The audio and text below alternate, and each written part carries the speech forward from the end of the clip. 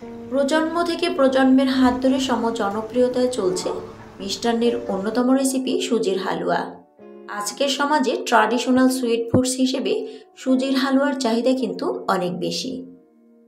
তবে আজকে আমি একদম ডিফারেন্ট লুক এবং টেস্টে একটা সুজির হালুয়া তৈরি করে দেখাচ্ছি, যেটার নাম সুজির স্পেশাল ক্যারামেল হালুয়া।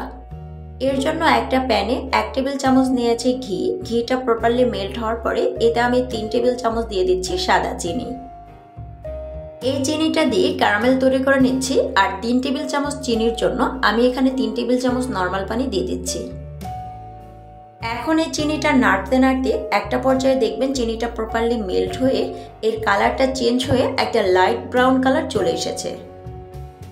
খেয়াল রাখবেন খুব বেশি ডার্ক কালার করতে গিয়ে যাতে চিনিটা পুড়ে না যায়।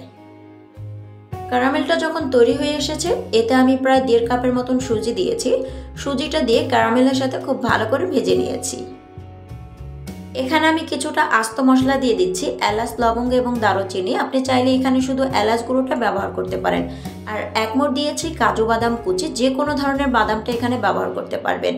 এরপর 1 মুঠ দিয়েছি কিশমিশ। অবশ্যই এই পর্যায়ে চুলার আঁচ কিন্তু মিডিয়াম থেকে লোতে রাখবেন, তা না হলে কিন্তু সুজিটা পুড়ে যাওয়ার সম্ভাবনা থাকে।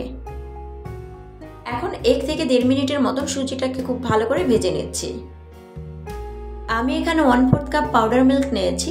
ট্র্যাডিশনাল টেস্টটা পেতে চাইলে কিন্তু অবশ্যই পাউডার মিল্কটা ব্যবহার করতে হবে। আর মিষ্টির ব্যালেন্সটা ঠিক রাখার জন্য সামান্য একটু লবণ দিয়েছি। এখন আবারও সুজিটাকে 1 থেকে 1.5 মিনিটের মতন খুব ভালো করে ভেজে নিচ্ছি। 1/2 কাপ দিয়েছি চিনি। অফকোর্স মিষ্টিটা আপনার উপরে ডিপেন্ড করে, চাইলে চিনিটা বাড়িয়ে অথবা কমিয়ে দিতে পারেন। এই হালুয়াটা তৈরি করার সময় কিন্তু একটা স্পেশাল ফ্লেভার বের হয়। দেখতে যেমন সুন্দর, খেতে কিন্তু অসাধারণ। আমি এখানে 1 কাপ কুসুম গরম পানি দিয়ে দিচ্ছি। আপনি চাইলে এখানে পানির পরিবর্তে দুধটা দিতে পারেন, এতে করে কিন্তু টেস্টটা আরো বেশি ভালো আসবে।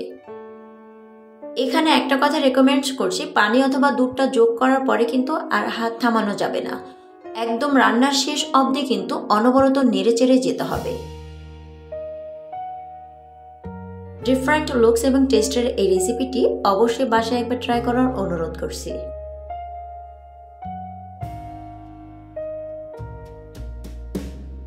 এইরকম নাড়তে নাড়তে এক পর্যায়ে দেখবেন হালুয়াটা প্যানের গা ছেড়ে এসেছে। এখন কিন্তু এটা পরিবেশনের জন্য একদম রেডি। কোনো রকম ফ্রোজেন ছাড়া নর্মাল তাপমাত্রাতে এই হালুয়াটা ভালো থাকবে প্রায় 4 থেকে 5 দিন পর্যন্ত। আপনারা দেখছিলেন দিলশাহারাজ ওয়ার্ল্ড। এরকম সুন্দর, সহজ এবং সুস্বাদু রেসিপি পেতে অবশ্যই দিলশাহারাজ ওয়ার্ল্ডের সাথেই থাকবেন। ভিডিওটি ভালো লাগলে একটি লাইক করবেন এবং চ্যানেলটিতে সাবস্ক্রাইব করে পাশে থাকার আমন্ত্রণ করছি।